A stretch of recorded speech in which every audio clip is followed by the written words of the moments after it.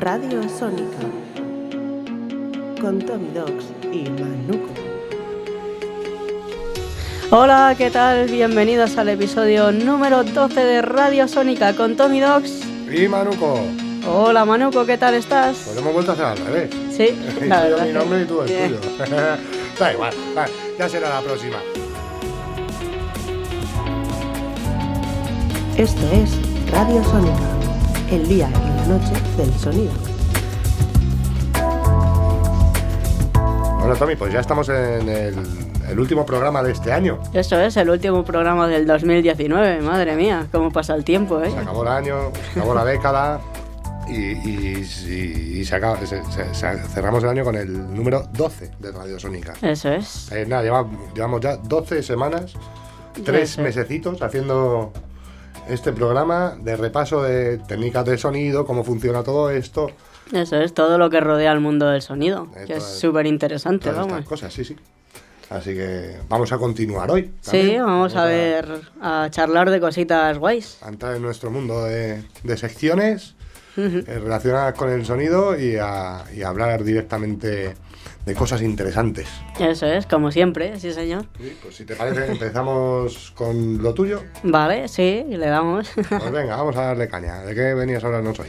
Pues hoy básicamente vengo a hablar de cómo producir una canción, simple y llanamente, que tú también sé que eres productor, bueno, ya nos has hablado de tus producciones aquí y nos puedes echar un cable. Sí, un poco por encima también hemos hablado de cómo se hacen estas cosas, pero sí, hay muchos recovecos que comentar. Sí, o sea, básicamente como toda pieza de arte comienza con una idea, que es el qué quieres hacer, la parte de la preproducción. ¿Qué quieres hacer y sobre todo cómo vas a hacerlo? O sea, si necesitas solo el DAW, solo el estudio virtual, si necesitas micrófonos para grabar una guitarra, un piano. Antes de entrar al estudio es súper importante porque si no, esto luego se nos pira la olla y no se hace, y se hace mal. Se hace tarde, mal y costando más dinero. Sí, efectivamente, lo básico e indispensable, como comentas, es tener claro qué se va a hacer cuando entras ya. O sea, cuando estamos hablando ya de producir, es que ya tienes algo listo, claro, algo preparado, una canción, o bueno, sí, una canción, básicamente una canción o una composición en general que quieres grabar, que quieres producir en un estudio. Entonces ya vas con eso preparado y lo que tienes que plantear, pues justamente, es qué me hace falta. ¿Qué me hace falta para grabar esta idea que tengo, esta grabación que voy a hacer, esta pieza musical o esta canción que vamos a cantar entre varios? Eso es. Claro, porque no es lo mismo, por ejemplo, hacer una canción de house que grabar rock, que en el rock, por ejemplo, puedes también hacerlo MIDI, pero no queda igual. Necesitas alguien que toque la batera, alguien que toque el bajo, las guitarras, vocales, obviamente. Es un planteamiento distinto. Claro, también hay que entender además que justamente en los estilos musicales más electrónicos, la producción es otra manera, o sea, otra cosa distinta. Ya a lo mejor no vas con una idea clara a un estudio, sino que estás en tu propio estudio, en tu propia casa. Claro, estás en tu casa. Y desarrollas la idea, y si pisas el estudio a lo mejor es para hacer algo muy concreto como grabar vocales, por ejemplo. Grabar unas vocales o terminar la mezcla en sí, o hacer una masterización que dices... En mi casa no puedo hacerlo como me gustaría con los compresores tal, pues alquilo un día un estudio, me voy allí, pido un rack con compresor el que yo necesite, con ecualizadores los que yo necesite, y con esto, y con un crossover que tal, con no sé qué. Y aquí pues termino la mezcla, pero ya vas... Ahí es donde menos tiempo vas a pasar en el estudio. Correcto. Porque cuando tienes que hacer una producción completa de una canción, por ejemplo, pop o rock, pues tienes que plantear la grabación de las voces, plantear la grabación de la batería, plantear la grabación de las guitarras, de bajos... De los bajos, de tal. Sin embargo, cuando vas a hacer una producción de una canción de música electrónica, ya tienes normalmente todo eso pregrabado en samples que ha preparado el compositor o que has preparado tú mismo, si haces tú de compositor, y entonces lo que vas al estudio es hacer la mezcla solamente, o hacer una grabación muy concreta, de unas voces muy concretas, que evidentemente no es grabar la canción no es grabar una canción entera como cuando grabas una canción de rock o de pop. Claro. Es grabar 3 o 4 frases que vas a utilizar en la composición electrónica. Claro, hablamos de electrónica, lo acabas de definir perfectamente, composición electrónica, que no tiene que ser necesariamente lo que se conoce como música electrónica, puede ser también música urbana, reggaetón, trap, Sí, como claro. tu tema de chica rica, chico pobre. Sí, esa es. Sí, esa por ejemplo. Trap total. Si hubiésemos planteado hacer algo en un estudio, habría sido solamente la grabación de las voces. Eso es. No son voces muy complicadas de grabar, con lo cual en menos de una hora lo tienes. Y la parte de mezcla y masterización. Todo eso, como tenemos un estudio doméstico, pues lo hago yo aquí. Pero todo lo demás, grabación de instrumentos y tal y cual, todo en MIDI. eso es MIDI. Lo podía haber hecho perfectamente en el salón de mi casa con un portátil. Eso es. Aunque no lo he hecho en el salón de mi casa, lo he hecho en el estudio de grabación que tengo en mi Claro, casa. para eso lo tienes. Con el ordenador bueno, sí, pero vamos, que lo podía haber hecho en el campo con los cascos puestos. Sí. Y la grabación habría sido la misma porque está basado en samples y en instrumentos pregrabados o en sintetizadores. Entonces, en ese sentido, eso no necesita un planteamiento programático, una programación de, pues mañana tenemos que grabar las voces de no sé quién, pasado mañana vienen 5 de un coro de gospel, luego tenemos que grabar un piano, que viene el pianista dentro de 2 días y va a estar 3 horas. Claro. Y luego además tenemos que grabar la batería, que nos la graba esta tarde el experto que sea. Claro. O que se la pedimos, yo que sé, a Miguel Lama. Sí, o a cualquier drummer. Claro, sí. a cualquier drummer guay, ¿no? Que hacen ahora el drumming online, que te cogen y... Esto es una cosa también que tiene importancia, Sí, ¿no? En cuanto a la producción, tú puedes también tener... hay un hueco. Claro, puedes mercado. tener tus pistas, puedes hacer una pregrabación de batería sencilla y coger y pedirle a un experto de batería, por favor, hazme la batería de este tema. Y tú le pasas tu tema y te hace la batería de ese tema. Y no cobran mucho. No. Y estamos hablando de gente muy buena. O sea, estamos hablando de, pues eso, Miguel Lamas, que trabaja con Pecado, eso es. en los Pecado Studios, y ahí este hombre no es muy caro y te hace la batería de un tema. O sea, de cero. ¿Tú le mandas? ¿Qué le mandas? Pues unos stems del resto de lo Claro, que tengas. de guitarras, bajos, tal, sintes, si tienes, Claro, clips. grabaciones previas, porque luego con su batería vas a completarlo todo lo demás. O sea, Eso es. no va a ser lo último que vas a grabar. Claro, o sea, para eso yo creo que habría que hacer un poco en MIDI toda la batería, tal. Sí, no toda, pero una base. En plan, una base rítmica para guiarle. Exactamente. Luego tú le puedes decir, pues me gustaría que sonase un redoble de toms no sé dónde. O Claro, eso es. que tengamos un Para que se crash haga la justo idea. al final de este compás. Y ya está. Bueno, pues después de la grabación y estar en el estudio o no, depende del género, llega la parte de estructuración musical, porque no todos los géneros tienen la misma estructura.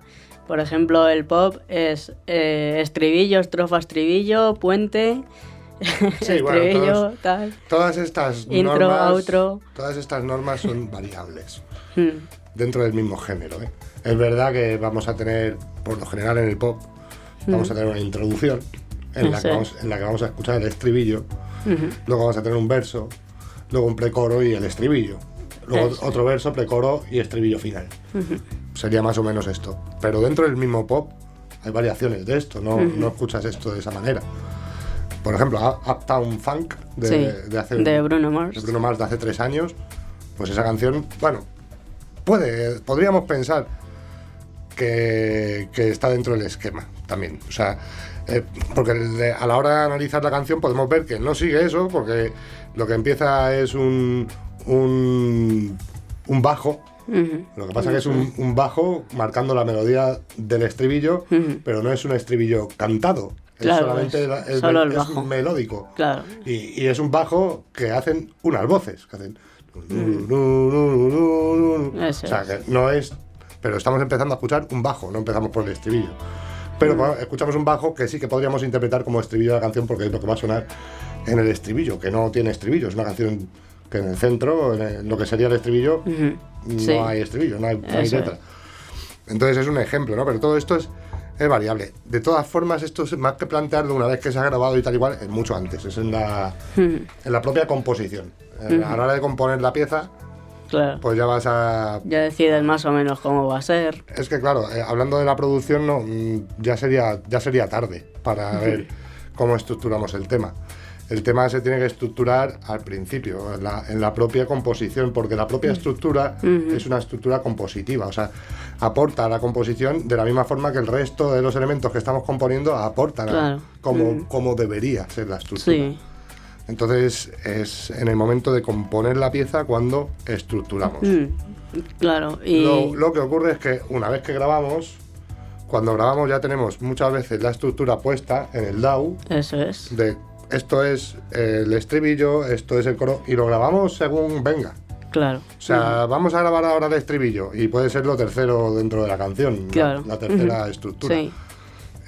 Pero empiezas por ahí, dices, voy a empezar por aquí. Porque, Claro, porque sí, porque puedes. No, porque puede ser más sencillo, puede ser más para calentar, para, no sé, para lo que sea. Entonces puede ser lo más sencillo para empezar, una base rítmica sencilla sobre la que empezar a trabajar para que la persona que tiene que hacer lo que tenga que hacer, el bajista, el guitarra, El guitarrista, el trompetista, el trombonista, el que sea, pues, sí, para que quien se pueda sea. ir sintiendo más cómodo y entrando en situación, pues Eso eso es. se habla con él y se dice, bueno, a mí me parece que deberías empezar por aquí porque puede ser una buena idea, pero a ti qué te parece, o le empiezas preguntando, ¿tú por dónde empezarías? Pues Sí, es un poco así. un poquito, bien. Sí, y luego una vez está hecha la estructura, si vemos que se nos queda un poco monótona, haría que ir haciendo lo que se llaman los arreglos, ¿no? Para ir haciendo cambios, metiendo, pues, por ejemplo, si la batería es muy lineal, a veces de vez en cuando un crash. Claro, tal. eso se prevé anteriormente, en principio, en la composición, pero es verdad que a la hora de llegar a la producción dices, me quedo aquí un poco cojo.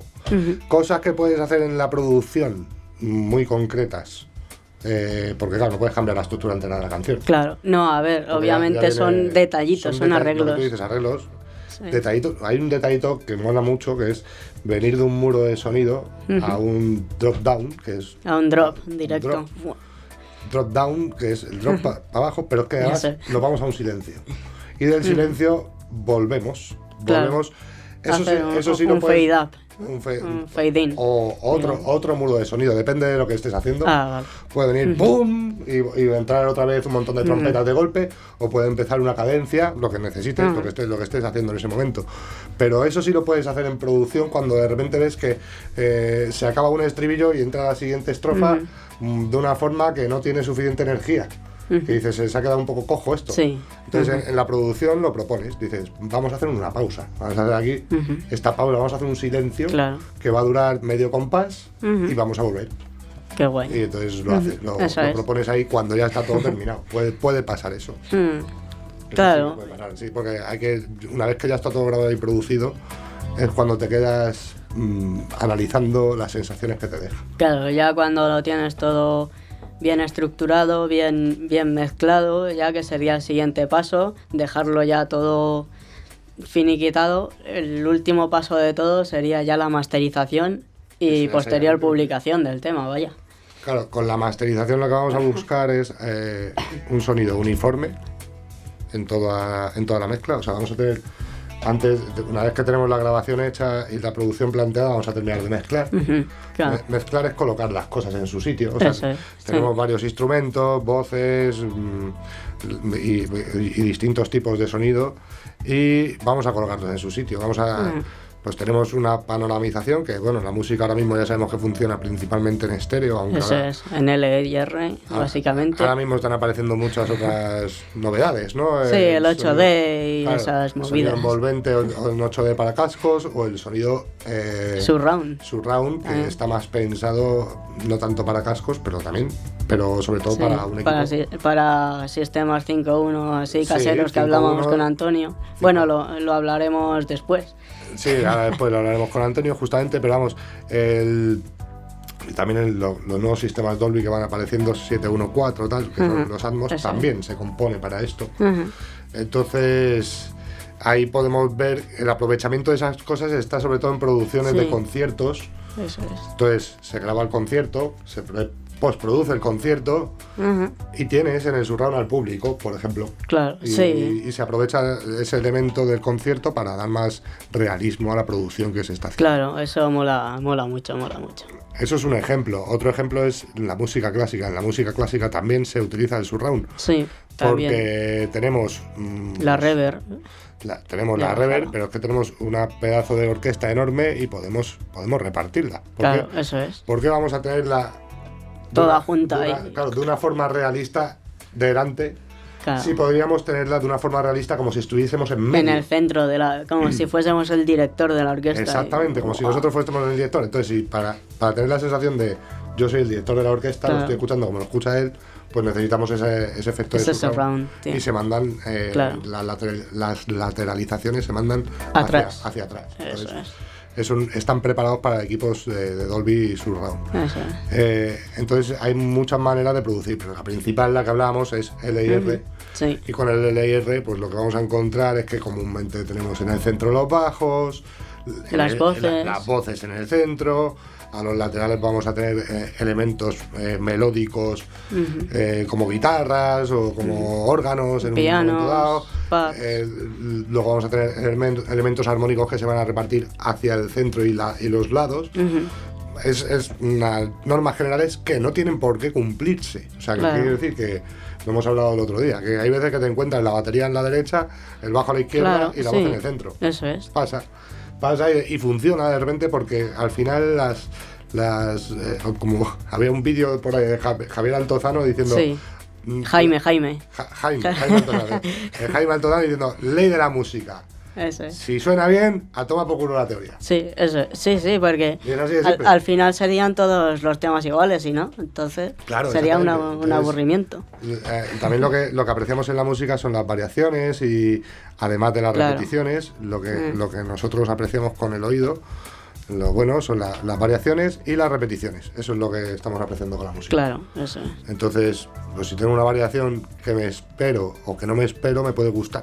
Claro, Tanto si me la espero como si no. obviamente la monotonía, pues bueno, está bien, pero para un rato. Luego ya te cansas y de repente viene algo nuevo, algo fresco y dices, qué guay. La música Como monótona mola. tiene su sentido y tiene su utilidad. O sea, no es tampoco... Pero también la música con mucha variación, pues también tiene su Claro, sentido y tiene su eso utilidad. es. La música, hay música para todo. Hay Pero- música para los colores. Sí, bueno, también no hay que irse a los extremos, ni tanto ni tan calvo. También un poquito, unos arreglitos y yo creo que ya... Bueno, también. puede ser. Por pero- ejemplo, en el reggaetón es lo que se hace. Reggaetón, trap, No, el reggaetón música lo que- monótona lo que y está- arreglito. Lo que está ocurriendo con el reggaetón es algo muy curioso. Es que cada vez tiene menos acordes. eso es. Y claro, ¿el reggaetón en qué se basa? En el dembow, que es poner un bombo en 4x4, pum, pum, pum, pum. Y meter Pum, entre patum, media, patum, patum, entre patum, media patum, los patum. sincopados, esto de pum, Eso ta, es. pum, ta, pum, ta, pum, ta, pum. Pero sobre eso tenemos que montar acordes. Empezamos 2010, 2011, 2012, 2013 con 4 acordes. Eso es. Creo que era primero, cuarta, sexta, quinta, algo así. Sí. Creo que era esta la variación de acordes. Hemos pasado a partir de 2014, 2015, 2016 a 3 acordes. Y el año pasado han aparecido ya canciones de reggaetón con 2 acordes. Es como me, tumpa, Sí. tumpa, me, tumpa, tumpa, me. Entonces, se está degradando ya muchísimo el reggaetón. Sí. Entonces, yo creo que ya lo siguiente será un acorde que será me, tumpa, Sí, pero porque se me, está fusionando tumpa. con otros géneros como el trap, que están apareciendo. Sí, pero.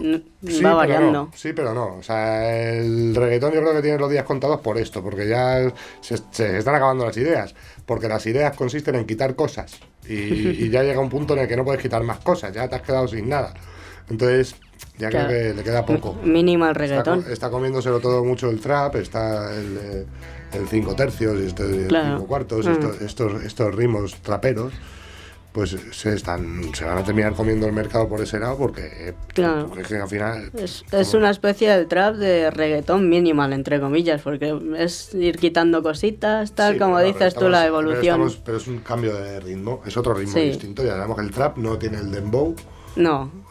Tiene otro ritmo propio, y ese ritmo propio, que es el ritmo clásico del flamenco casi, que a Rosalía le sale muy bien porque coge esto, se hace con hi-hats. Con hi-hats. Claro, lo hace ella con palmas. Pero ponemos palmas y ya pues suena flamenco, que es lo que ha hecho Rosalía, ¿no? Pero ese es el ritmo. Sobre ese ritmo lo que hacen es que ni siquiera montan acordes, montan notas sencillas. Entonces ya, con estas notas sencillas ya la armonía pues es tan básica que pues luego es muy fácil cantar encima cualquier tontería. Entonces en eso se basa al final la idea del trap. Claro. Está tirando para adelante, está triunfando por eso, porque es sencillo. Es mucho más sencillo que lo que fuese, por ejemplo, el rap en los 90, por ejemplo. Claro. Entonces, por ese lado, porque el rap pues venía de ritmos funky, de ritmos, bueno, hip hop, ¿no? El hip hop de ritmos funky, de ritmos heavy, de ritmos por rockeros. Sí, un poquito sampleando un poco todo lo que había de la época, pues se creó el hip hop. Claro, por eso. Entonces era mucho más complicado el ritmo a nivel rítmico, mucho más que complicado, complejo. Complejo eso. Y sin embargo, pues en el trap el ritmo es el que es. Eso sí que se va a quedar. El ritmo es el que es, como en el reggaetón el ritmo es el que es. Claro. Pero sí que veo yo que puede haber más complejidad con el trap de la que va a haber con el reggaetón, porque el reggaetón es que invita a hacer cosas bobas. El reggaetón invita a hacer letras bobas. El dembow, para el castellano, para el lenguaje castellano, te invita a hacer frases tontas. Sí, o sea, frases cortitas. Fíjate, y montaron la de Dios hace no mucho escape por Twitter porque dijeron esto. Sí. Es que también escape hay que cogerlo. A ver. Saco un papel y yo me preparo un cigarrillo y una china para el ganuto de hachís. ¡Hachís! Pues tampoco es que sea Jean-Paul Sartre, ¿sabes? No. Vale. Paulo Coelho, más bien. Sí, más por ese lado. Claro, entonces, bueno, pues a lo mejor escape se te podían haber caído un poquito porque no son los más adecuados para decir esto. No, la verdad que no. Ni de meterse con otros géneros musicales porque imagínate, menos mal que no han hablado de la apropiación cultural. Un grupo de ska de Vallecas. Ya ves. Menos mal que no han hablado de la apropiación cultural, pero en cierto modo tienen razón. El reggaetón invita a decir frases cortas y bobas, sin sentido. Claro. Hasta el punto de que hemos visto, pues eso, que Shakira empezó por loca, ciega, sordomuda, torpe, trasta y testaruda, que dice, hostia, que... Y tener la letra y dices, joder, pues qué letra más intrincada de cantar, qué complicación, y ha terminado pues cantando la bicicleta con Carlos Vives, que parece que le han pegado un golpe en la cabeza. Llévame la bicicleta, llévame Carlos, llévame en tu bicicleta. Claro, a la misma persona parece que no sea la misma persona, parece que le hayan pegado un golpe en la cabeza, como la que tenía el año pasado también con Maluma, que dices, pero tía, ¿qué te ha pasado? ¿Te han dado un trastabillazo? ¿Te has quedado tonta? Pero es que ese propio género, o sea, ella se ha dejado llevar por el género y dice, no, es que este género invita a esto. Esto ya no es la ranchera que cantaba yo al principio. Claro. Este género me invita a decir tonterías. Eso es. Y es que a decir frases cortas y bobas. Bueno, llévame en tu bicicleta. Llévame en tu bicicleta. A ver, hay excepciones como todo. Por ejemplo, no sé, en plan, Becky G ha empezado también con el reggaetón feminista, entre comillas. Sí, por ejemplo, vale, excepciones hay en todas partes. Claro. Pero no triunfan. Cardi B también. Becky G no ha triunfado con mayores. Joder. No lo mismo, sí, igual que Bad Bunny, vamos, no me jodas. Estamos hablando de gente que canta reggaetón y gente que se la conoce por cantar reggaetón. Entonces, a ese nivel, pues no. Claro. Entonces, es lo que te digo, pero bueno, ya estamos aquí hablando mal del reggaetón. Ha llegado el último programa del año y digo, pues vamos a hablar mal del reggaetón. Eso es. Porque es un género que es de por sí malo. Muy básico. Bueno, malo, es muy básico. Y lo que lo hace malo es que se le haya dado tanto bombo, tanta coba y tanta importancia dentro de la música comercial. No, básicamente no es que sea malo, es que es aburrido. En plan, ya acaba cansando tanta repetición, tanto el mismo ritmo, mismas armonías, mismas letras. Mismos hombres que escriben. Claro, eso las mismas canciones siempre. El reggaetón, por ejemplo, ha triunfado mucho porque es fácil de producir. Claro. Es barato de producir. los mismos tíos que tienen mucho dinero producen su propia música por sí mismos, Enrique Iglesias, Bad Bunny, Claro. y se centran en eso, triunfan porque se dan mucha promoción, porque tienen ya el apoyo de la industria, y la industria dice, esto funciona, da pasta, pues que siga. Claro, eso es. Y ha habido un parón ahí de posibilidades a la hora de producir, porque ahora todo el mundo podemos ser productores en casa, Claro, prácticamente. eso es. Te descargas no sé si hay alguno gratis, el Reaper, el Reaper, por ejemplo. Te cargas unos cuantos plugins gratuitos, que hay bastantes, Eso es. y puedes hacerlo. Ajá. Y sin embargo, pues no está pasando esa variación, esa variedad. Espero que por ahí vaya la producción Sí. en los próximos 10 años. Porque la gente con talento y con posibilidades en sus casas puede hacerlo de Sí, una vez por eso todas. es. Y no que estemos sometidos a A la industria. una dictadura de un ritmo en la industria, que a la industria le va bien que escuchemos todos porque le funciona y no cambian. La industria es conservadora siempre. Eso es. Y la música siempre es un tema de vanguardias. Pues yo creo que ha dado para largo la sección, ¿eh? Y el debate que hemos creado aquí de la nada. Y tanto que sí. Y tanto que sí. Ya, madre mía, me he enrollado ya un montón yo y era tu sección. Sí, bueno, pues mejor, lo improvisado sale mejor, tío. Sí, ¿no? Desde luego, desde luego. Vamos a subir el volumen un momento y Eso pasamos es. a mi sección. Va a ser Ahora volvemos. bastante más cortita. Vamos a comentar Eso un es. libro.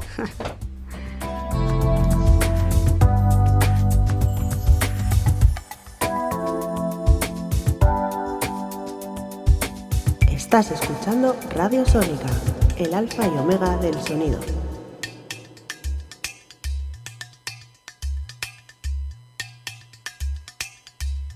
Bueno, pues estamos de vuelta aquí con el mundo de las secciones. ¿Qué nos vienes a contar hoy, Manu? Pues hoy vamos a hablar de Foley. Luego va a venir Antonio y nos va a contar cosas de cine. de cine y de Eso Dolby. es. Pero de momento vamos a empezar por cosas de cine en cuanto a Foley.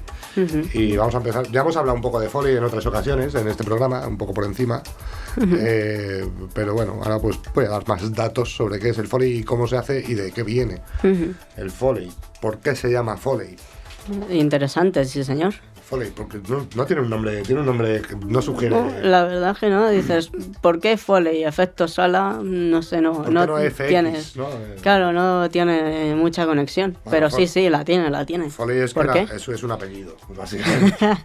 Foley era un señor, era Jack Foley, que fue el primer experto en sonido de sala y en efectos especiales de sonido para películas. Sin ir más lejos, es el primero que puso pasos. Que Sí, señor, vanguardista. Cuando venía alguien andando, Claro. que se escucharan los pasos. Y sobre todo, los pasos ya, por ejemplo, ya se utilizaban antes En radio. en las radionovelas, por ejemplo, ¿no?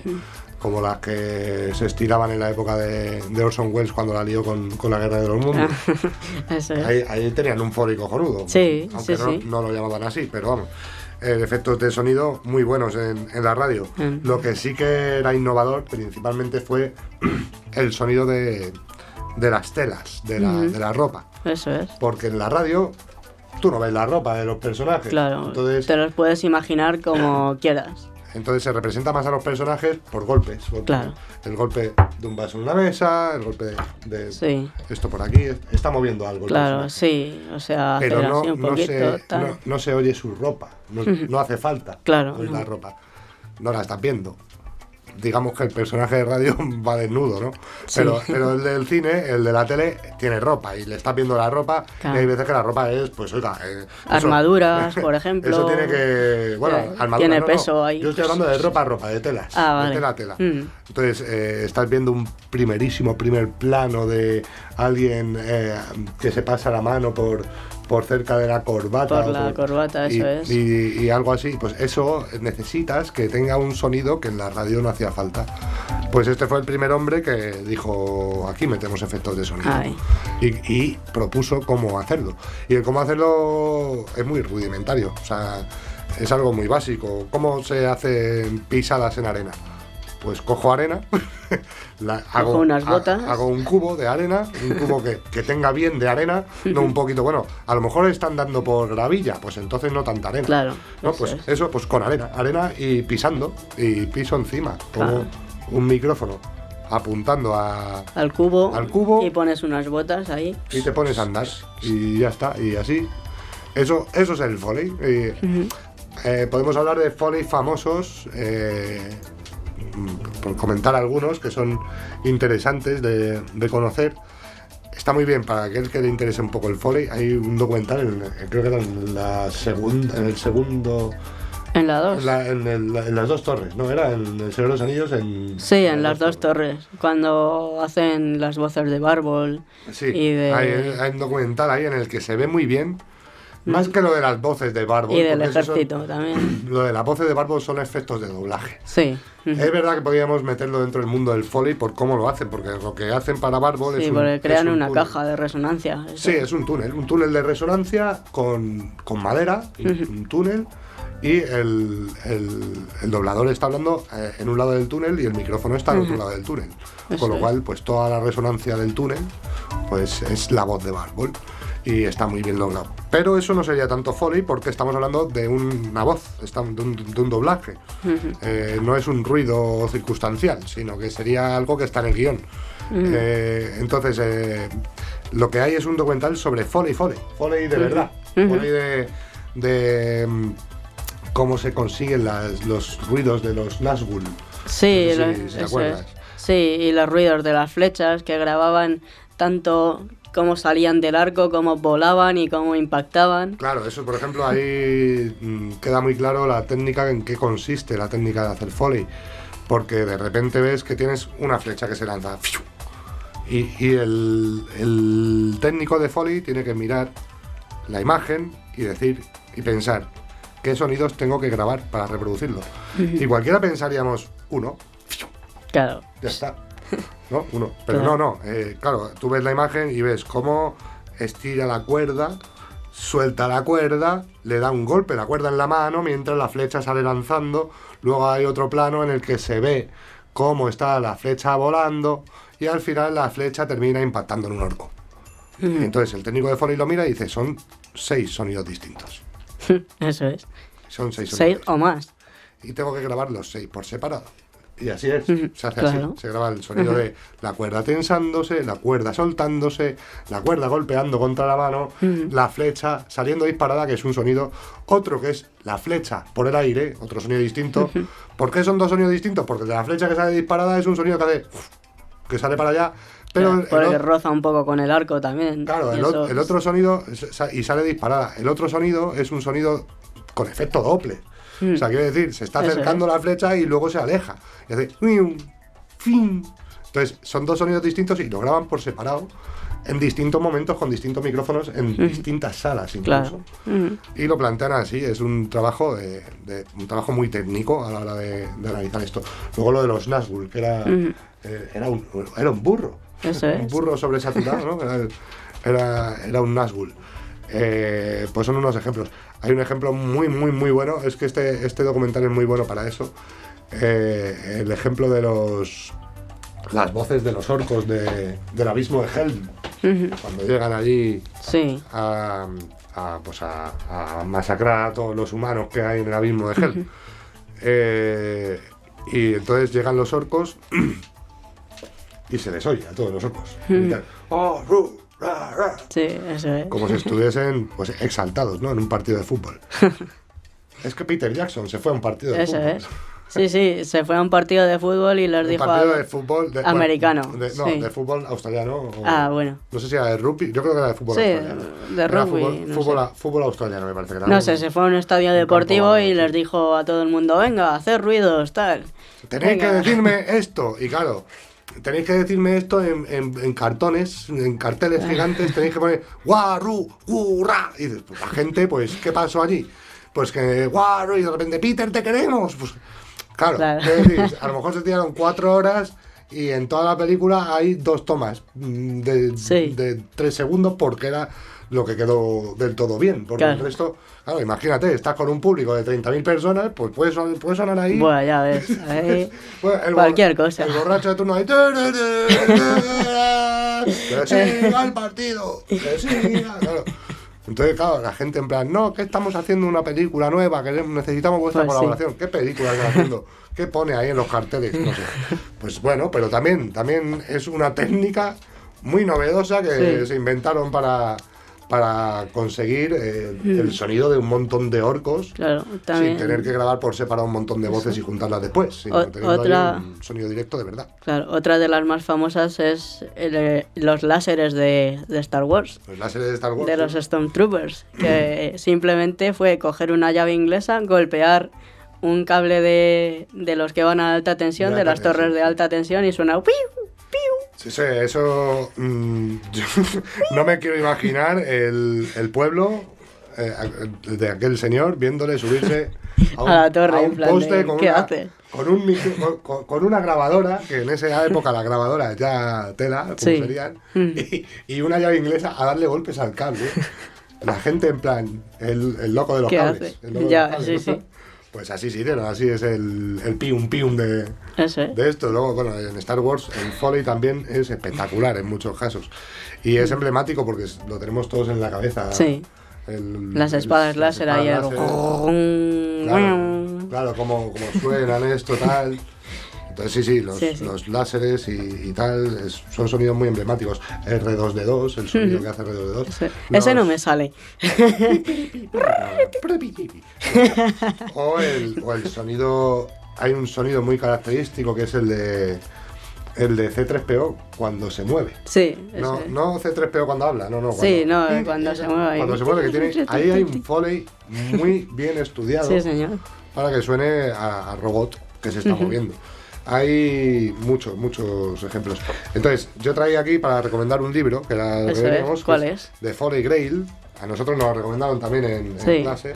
Correcto. Es un libro muy bueno, en el que además tenemos ejemplos. Por aquí, mira, justamente, abro por aquí página... En español, el Grial del Foley. Sí, en lugar del Santo Grial, que sería, en inglés sería de Holy Grail. De Holy Grail. Aquí es de Foley Grail.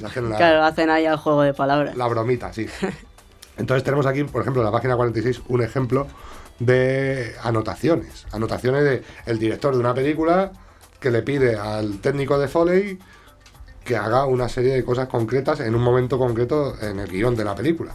Entonces aquí un extracto de el editor de sonido supervisor de la película Predator. Que creo que esto es Ridley Scott. Sí, creo, ¿no? me suena, sí. O no, Predator no. O no sé. Es que no sé. No sé. Es la peli de Schwarzenegger, la primera de Predator. Sí, es que no me acuerdo de quién era su director. Y claro, aquí tenemos, por ejemplo, pone prólogo. La nave espacial aterriza desde el espacio distante. Y está, eso, espacio distante está subrayado. Y arriba hay una flechita que pone ignora este highlight. O sea, este subrayado, ignóralo. Entonces esto es lo que se encuentra un técnico de Foley, que es como espacio distante. ¿Cómo hago el espacio distante? Pero te encuentras una anotación encima que dice, no, déjalo, da igual. Dices, bueno, pues tienes que coger el guión, repasarlo, ver qué te están pidiendo, qué Foley hace falta, repasar después la imagen para ver si puede hacer falta algo más, para hacer las propuestas que hagan falta, etcétera, etcétera. En este libro se explican muchas técnicas de cómo realizar Foley. Y además, ya digo, se ponen muchos ejemplos. Y también se ven las situaciones más escabrosas que te puedes encontrar como técnico de Foley a la hora de hacer un Foley. Claro. Tú eres el técnico y tienes allí al director de sonido de la película, que a lo mejor está también el director de la película, porque en ese momento dado ese Foley es una escena muy importante y quieren que suene de una manera muy concreta, y les tienes allá a los dos dando por saco. Bueno, y entonces te encuentras que tú te estás grabando, pues no sé, frotando un trozo de tela contra una malla o algo así, sí, para que suene como algo que se está frotando, ¿no? Y de repente pues te pueden decir algo como necesito que suene más púrpura. Esto es la página 111. Necesito Sí, que sí, suene más púrpura. se ve, está Y escrito. dices, me cago en la leche. ¿Sabes? Bueno, pues estas son las cosas a las que se tiene que enfrentar un técnico de Foley. Esto se refiere a que hay que hacer oído y hay que tener cercanía con las personas que te están pidiendo el trabajo que estás haciendo. También un poco de sinestesia, ¿no? Porque ¿cómo haces que suene más púrpura? Claro, más que sinestesia, en este caso, primero es entender qué se refiere la persona con lo Claro. que suene más púrpura. Eso va a empezar. No. Hay unos ejemplos también de Foley muy buenos, los vimos también en otro documental hace tiempo, que son los de la película El Perfume. Eso es, perfecto. El Perfume veíamos también, Es un ejemplo perfecto, sí, señor. sí, se narra cómo un hombre está haciendo un perfume, ¿no? Eso es. Y se narra no solamente por lo visual, que no es tan importante, porque además es una escena muy oscura, pero por lo sonoro. Y con lo sonoro te están transmitiendo incluso la idea principal de la película, que es el perfume. La idea principal es transmitir olores. Eso es. Y claro, ¿cómo transmites olores? En el cine. No se puede, en principio. A no ser que sea 4D. Creo que se han inventado, movidas de estas, ¿no? Que también te sientas y te sueltan a la cara un perfume. No sé, no creo que sea muy agradable, nunca he ido a una de estas, pero no creo que sea muy agradable. El caso es que la única forma que se les ocurrió es combinando imagen y sonido. Mediante el sonido, la textura del sonido y la imagen, la escabrosidad o la limpieza de la imagen, pues te transmiten sensaciones oloríficas, o sea, que odorosas, que intentan acercarse a cómo lo vivirías oliendo la situación. Y hay escenas en la peli del Perfume que se ven muy bien eso, como te sugieren olores con el sonido. Ahora que hablábamos de sinestesia, el ejemplo perfume, perfecto. eso es. Bueno, ¿algo más nos quieres contar sobre Foley o...? Ya está, ya hemos hablado No bastante sé. de Foley. He recomendado un libro de Foley, he hablado de lo que es el Foley, técnica de Foley, hemos dicho quién era el señor Foley. Ha sido Hemos hecho un poquito de Foley aquí. un repasito, un amplio repaso, sí señor. Y luego está la parte de Foley de investigar. Mola mucho cuando te lo tienes que plantear y dices, tengo que grabar a este Foley. Y dices, pues no sé cómo lo voy a hacer. Eso es. Sí, como lo que hicimos nosotros del oso Barney, que dices, no sé cómo grabar al castor enterrando, no sé qué era, haciendo como su presa con cemento y tal. Pues nosotros nos devanamos un poco el seso y cogimos un palillo y lo frotamos contra el raid. Claro. Y así, más Al o final, menos. de alguna forma, hay cosas que te terminan sugiriendo el sonido que quieres sacar y pruebas y sale. Y luego ahí está la otra parte de, pues no tengo ni idea, así que voy a probar con 20 cosas distintas a ver Eso qué pasa. Y la que me suene mejor y resulta que hay veces que consigues lo que estaba buscando. Eso es. En libros como el de Foley Grail tenemos un montón de técnicas para no tener que improvisar tanto. Por Eso ejemplo. es. Así que nada, lo vamos a dejar aquí con el tema del Foley. Ahora os dejamos con la sección de Antonio, que nos va a venir a hablar de cine. Y continuamos.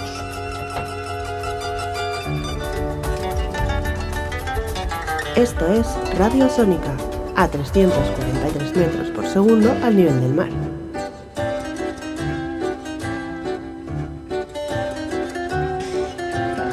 Bueno, pues vamos a continuar en el Radio Sónica de hoy, nuestro Radio Sónica de fin de año, Radio Sónica número 12, con Tommy Dox y Manuco, aunque ahora vamos a continuar con la sección de Antonio de cine. Vamos a hablar de sonido en el cine y bueno, un poco del contexto general de la época que toca hoy. ¿Qué época toca hoy, Antonio? Pues los maravillosos años 70. Uy, los 70. Sí, sí. Pues voy a empezar dando un contexto cultural, bueno, mejor dicho, contracultural, por la época y hablar un poco del cine en general de esa época, cómo era, y luego pasaré a hablar de los sistemas de sonido en salas que había en la época. Pues, En la época en la que los hippies dejan de ser tan hippies, ¿no? sí, a partir de los 70 ya... Bueno, yo soy de los que dicen que no hay que fiarse en los hippies, pero bueno. Eso lo demostró. En los años 70 demostraron que no había que fiarse de los hippies. Efectivamente. Eso es. Pero bueno, allá cada uno. Bueno, pues eso, comentar lo primero, que en esta época, en los años 70, ya veníamos de todo el cine clásico, todo el sistema de estudios de Hollywood. Cuando entra los años 70 se va todo al garete, vamos. O sea, los estudios entran en una crisis financiera brutal y tienen que reinventarse y buscar formas también, aparte de competir con la televisión, que mucha gente, pues eso, en vez de ir al cine a gastarse los dineros, pues se quedaban en casa viendo películas gratis. Entonces tenían que competir con eso. Tenían que renovarse porque había muchos productores que eran ya mayores de la época del cine clásico y seguían haciendo cosas que no le interesaban a nadie. Cosas muy pomposas, muy grandes, como Cleopatra del 63, que casi hunde a 20th Century Fox. Un pastizal esa película. Un pastizal, perdieron un pastizal y casi se hunden. Pues entrando en crisis el sistema de estudios, pues lo que ocurre es que surgen nuevos autores más independientes y productores más independientes y productoras independientes. Estos autores beben de mucho del cine europeo de la época, del free cinema británico, de la Nouvelle Vague francesa. Todo eso lo absorben y lo quieren imitar y plasmar en el cine norteamericano, como es lógico también. Pues años 60-70, pues guerra de Vietnam, el asesinato de Kennedy, el American Way of Life ya está como hundiéndose, ya como todo lo que eran los años 50 y 60 después de la guerra, tal, el típico sueño americano.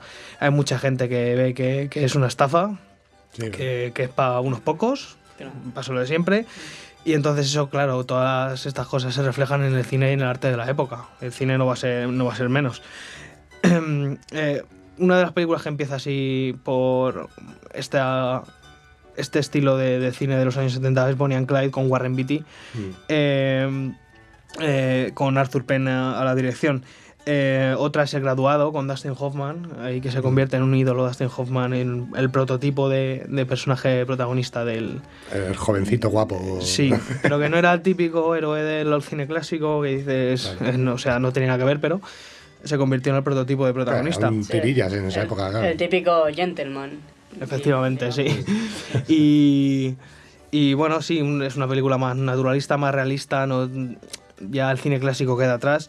Y también por comentar otra, La semilla del diablo, de Roman Polanski. Roman Polanski llega a Estados Unidos después de hacer en Europa pues varias cosas bastante chulas, entonces va a Estados Unidos y allí pues hace La semilla del diablo con Mia Farrow. Espectacular, ¿habéis visto eso? Sí. Pues es espectacular. Sí, cuesta volverse a ponerla a ver. Sí, la verdad es que sí. Mira, el otro día la vi yo por ahí y dije, la tengo que ver otra vez. Luego había otro señor que era Roger Corman, otro director, productor, hacía de todo. Venía a hacer de películas de bajo presupuesto, baratas, de serie B. Y trabajaba siempre con actores jóvenes que no tenían cabida en los estudios grandes de Hollywood porque no los querían, y trabajaba con ellos. Entonces los actores jóvenes pues tenían la oportunidad de trabajar y encima Roger Corman les daba la oportunidad y les prestaba los medios para que hicieran sus propias producciones y películas. Y de ahí salieron pues directores y actores como Peter Fonda y Dennis Hopper de Easy Rider, por ejemplo. Esa película tan hippie del 69, de dos moteros van a recorrerse el país hasta el Mardi Gras de Nueva Orleans. Pasan muchas cosas, muchas drogas, la época ya se sabe. Luego está Coppola también, que venía es una época muy de renovación realmente, ¿no? Claro, de ruptura jóvenes, total. Spielberg, Coppola, George Lucas, los que ahora después han quedado como cine clásico, ya de lo que ahora conocemos como el cine de entonces, el cine clásico, realmente es lo que surgió en esa época, ¿no? Pues jóvenes que encontraron la oportunidad porque los viejos ya no sabían hacer cine.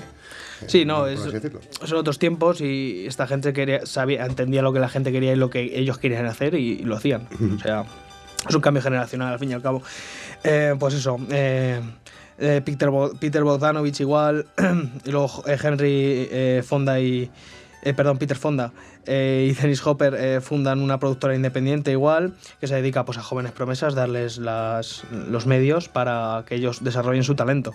Y tiene buenas películas en la productora esa que se llama Rivert Productions, y que surgió Easy Rider de ahí, de esa productora, que con un presupuesto de 400.000 pavos recaudó $millones. O sea, fue todo un éxito de público. Bueno, luego, un mes después de estrenarse Easy Rider, pasa lo de Sharon Tate. Entonces eso también es un pequeño punto de inflexión en ciertos autores, más pesimista y más...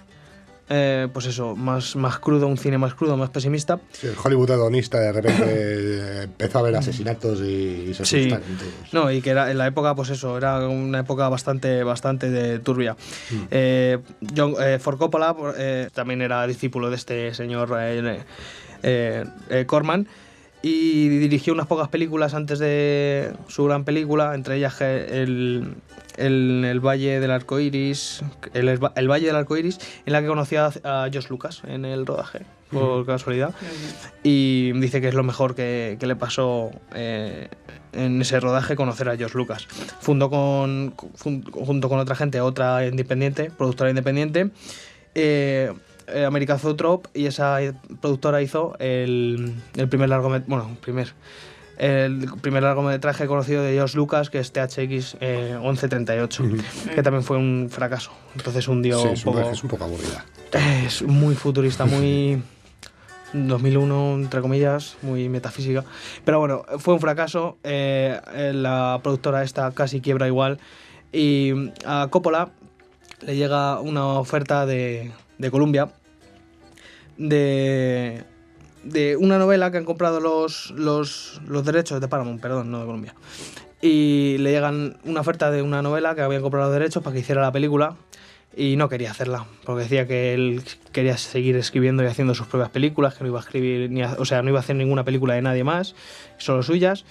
Pero al final le convencieron, y esa novela pues era El Padrino, de Mario Puzo, y el resto es historia, para que veáis claro, la curiosidad. Ahí empieza toda la carrera de Coppola brillante, que luego ya vendrían con Apocalipsis Now después. Sí, que la verdad es que el rodaje de esa película tiene...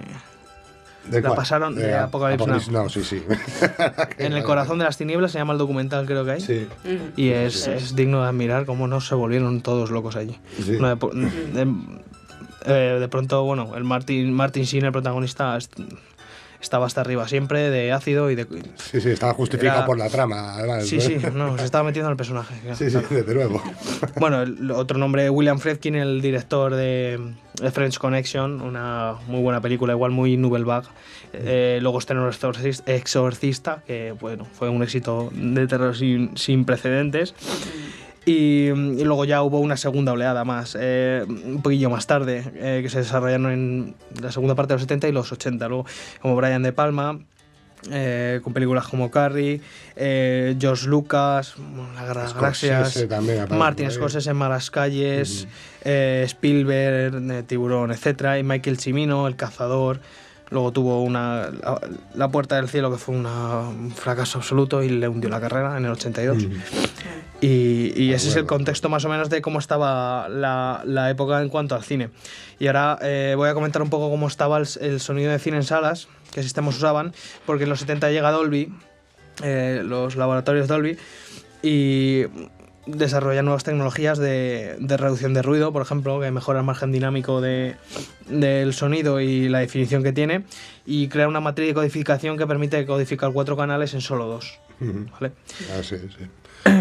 Estos 2 canales que además van a venir impresos ya dentro de la propia película, estandarizando todos los intentos anteriores que había habido de sonido en disco o de sonido que luego aparecen otros sistemas de sonido en disco posteriormente, pero Dolby se estandariza hasta el día de hoy y es lo más habitual. El sonido está en la propia película impreso, en este caso con 2 canales que se aprovechan para sacar 4.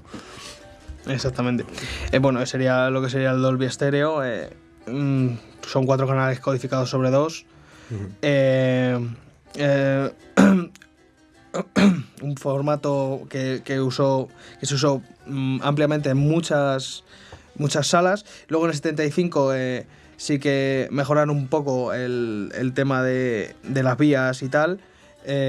Varias vías, o sea, izquierda, centro, el LFS. el FE, perdón, el derecho y el surround con varios altavoces. Pero, claro, sí, añadieron el surround, básicamente. Sí, pero básicamente era un 2-4-1, básicamente, en cuanto a vías. Sí. Tenía ciertas ventajas, que era más barato, porque era formato óptico de 35 milímetros, que era más barato que el de 70 milímetros magnético. Claro. La calidad del sonido era bastante buena con el reductor de ruido que tenía. Y era sonido estéreo. O sea, y los inconvenientes tenía unos pocos, que ahora que no se trata no son señales discretas, sino que son señales codificadas. Necesitas tener una matriz especial a la hora de mezclar la película. No te dejaba libertad de panoramizar tanto como quisieras en cuanto a la mezcla, y deberías ser muy preciso en los ajustes de nivel que tenías que hacer, porque si no se desmadraba todo un poco. Luego, en el 79, pues salió el Dolby Stereo Surround para películas de 70 milímetros con Apocalypse Now. Y pues era un poco daba aportaciones al formato TODAO que había anteriormente, como uso de las altas frecuencias en el externo y R externo para crear un nuevo canal de surround, y nace el 5.1 aquí.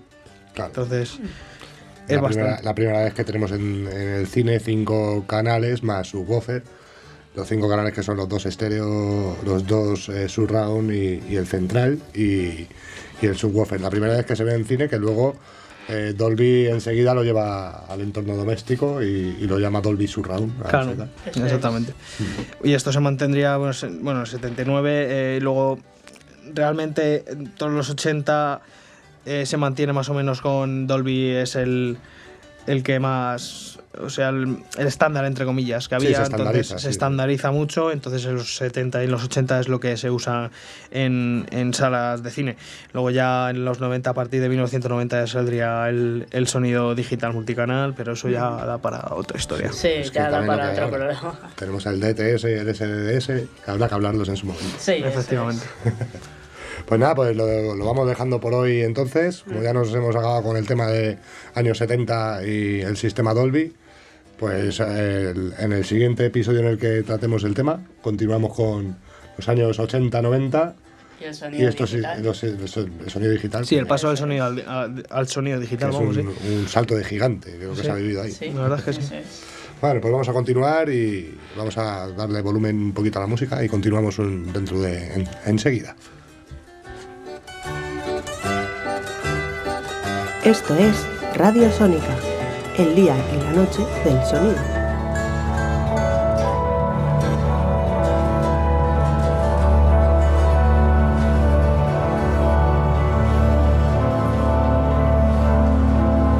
Bueno, pues aquí seguimos en el Radio Sónica número 12, el último de este año. Estamos ya acabando y vamos a continuar con la sección de Tera, que ya está aquí con nosotros. Hola. ¿Qué tal? Hola, ¿qué tal? Muy bien, ¿y tú qué tal? Pues aquí, acabando el año, ya te digo. Nos queda ya poco. Ya no nos queda nada, ya estamos enfilando los últimos días. 3 días o 4 para terminar el año. Ahí andamos. Bueno, ¿de qué venías a hablarnos hoy? Pues mira, hoy vengo a hablar de un megatocho, que no vamos a hablar de megatocho, que es el Alzheimer y la música. O sea, eso sería es como una tesis doctoral, pero no. Lo nuestro va a ser mucho más sencillo y mucho más escueto. Es que todo esto vino porque una amiga que tengo por Twitter, que es Valquirias Sonrientes, me dijo que los músicos estáis exentos del Alzheimer. Y dije, anda, ¿y eso cómo es? Como que los músicos están exentos de padecer Alzheimer. Entonces, claro, pues estuve mirando y dije, bueno, pues mira, voy a hablar de este tema en el próximo programa de Radio Sónica. Suena interesante, es un tema curioso, sí. Claro, porque a mí me toca de lleno, claro, porque claro, como mi pareja es músico, pues digo, a ver qué pasa aquí.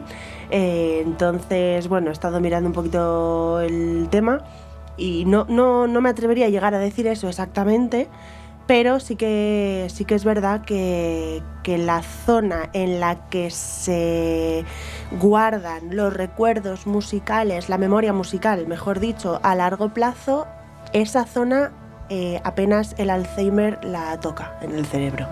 O sea, es que como que los recuerdos musicales se guardan en otro sitio distinto que en el lóbulo temporal, porque claro, en episodios anteriores decíamos que el sonido llegaba al lóbulo temporal, a la corteza del lóbulo temporal. Bueno, pues la memoria musical no se almacena en el lóbulo temporal. El lóbulo temporal es verdad que es una parte que afecta, el Alzheimer afecta al lóbulo temporal, entonces, pero a la memoria musical no, porque se queda en otra parte del cerebro, que es en la corteza cerebral motora suplementaria, que es en la parte de arriba del cerebro. Motora suplementaria. Sí, pues, ahí está. Vale. Entonces, claro, ahí tenemos ¿se guarda alguna otra cosa más ahí, aparte de los recuerdos musicales?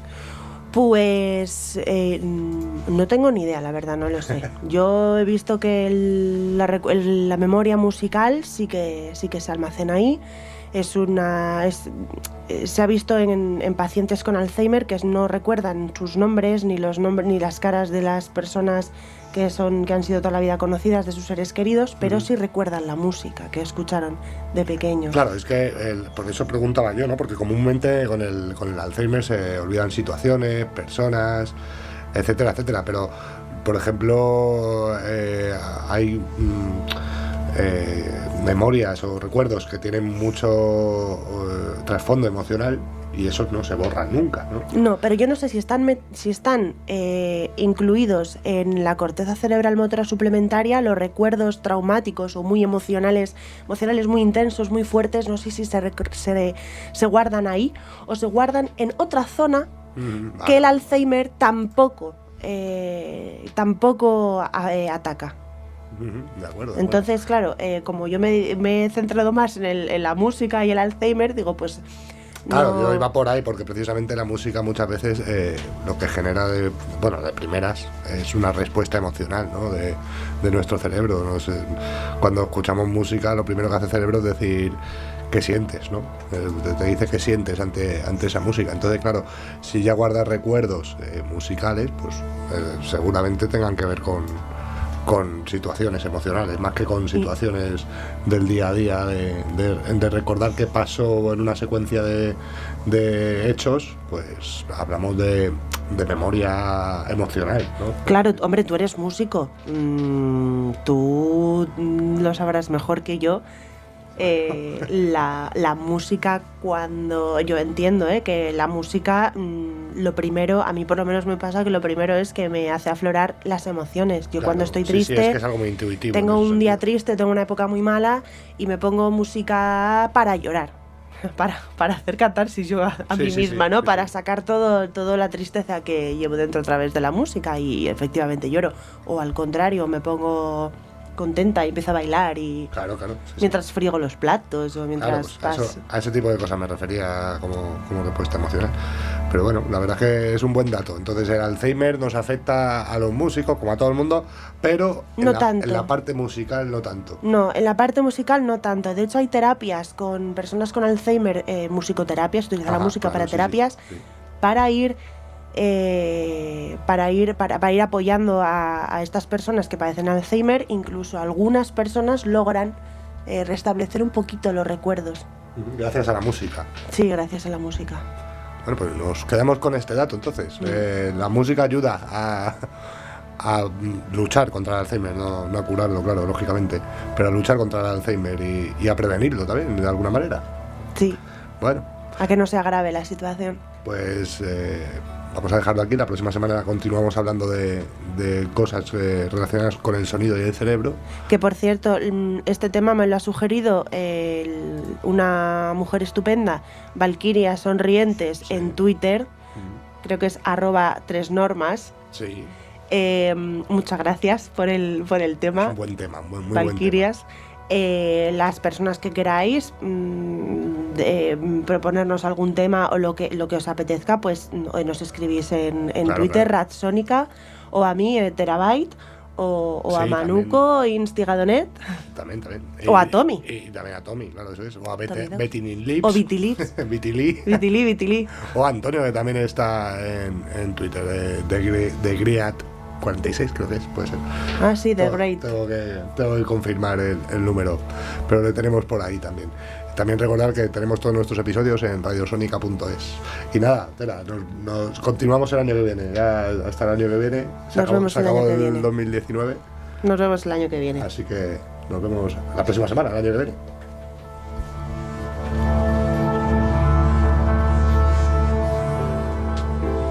Bueno, pues hasta aquí el Radio Sónica número 12 de hoy. Número 12, eso es, el último del año. Ya acabamos 2019, ya acabamos los años 10. ¿Qué pasará en los 20? Empezamos los nuevos 20. Los A años- ver. en el siglo pasado, los años 20 fueron bien. Bueno, sí, un No, poquito de recesión. No, tal. eso fue después.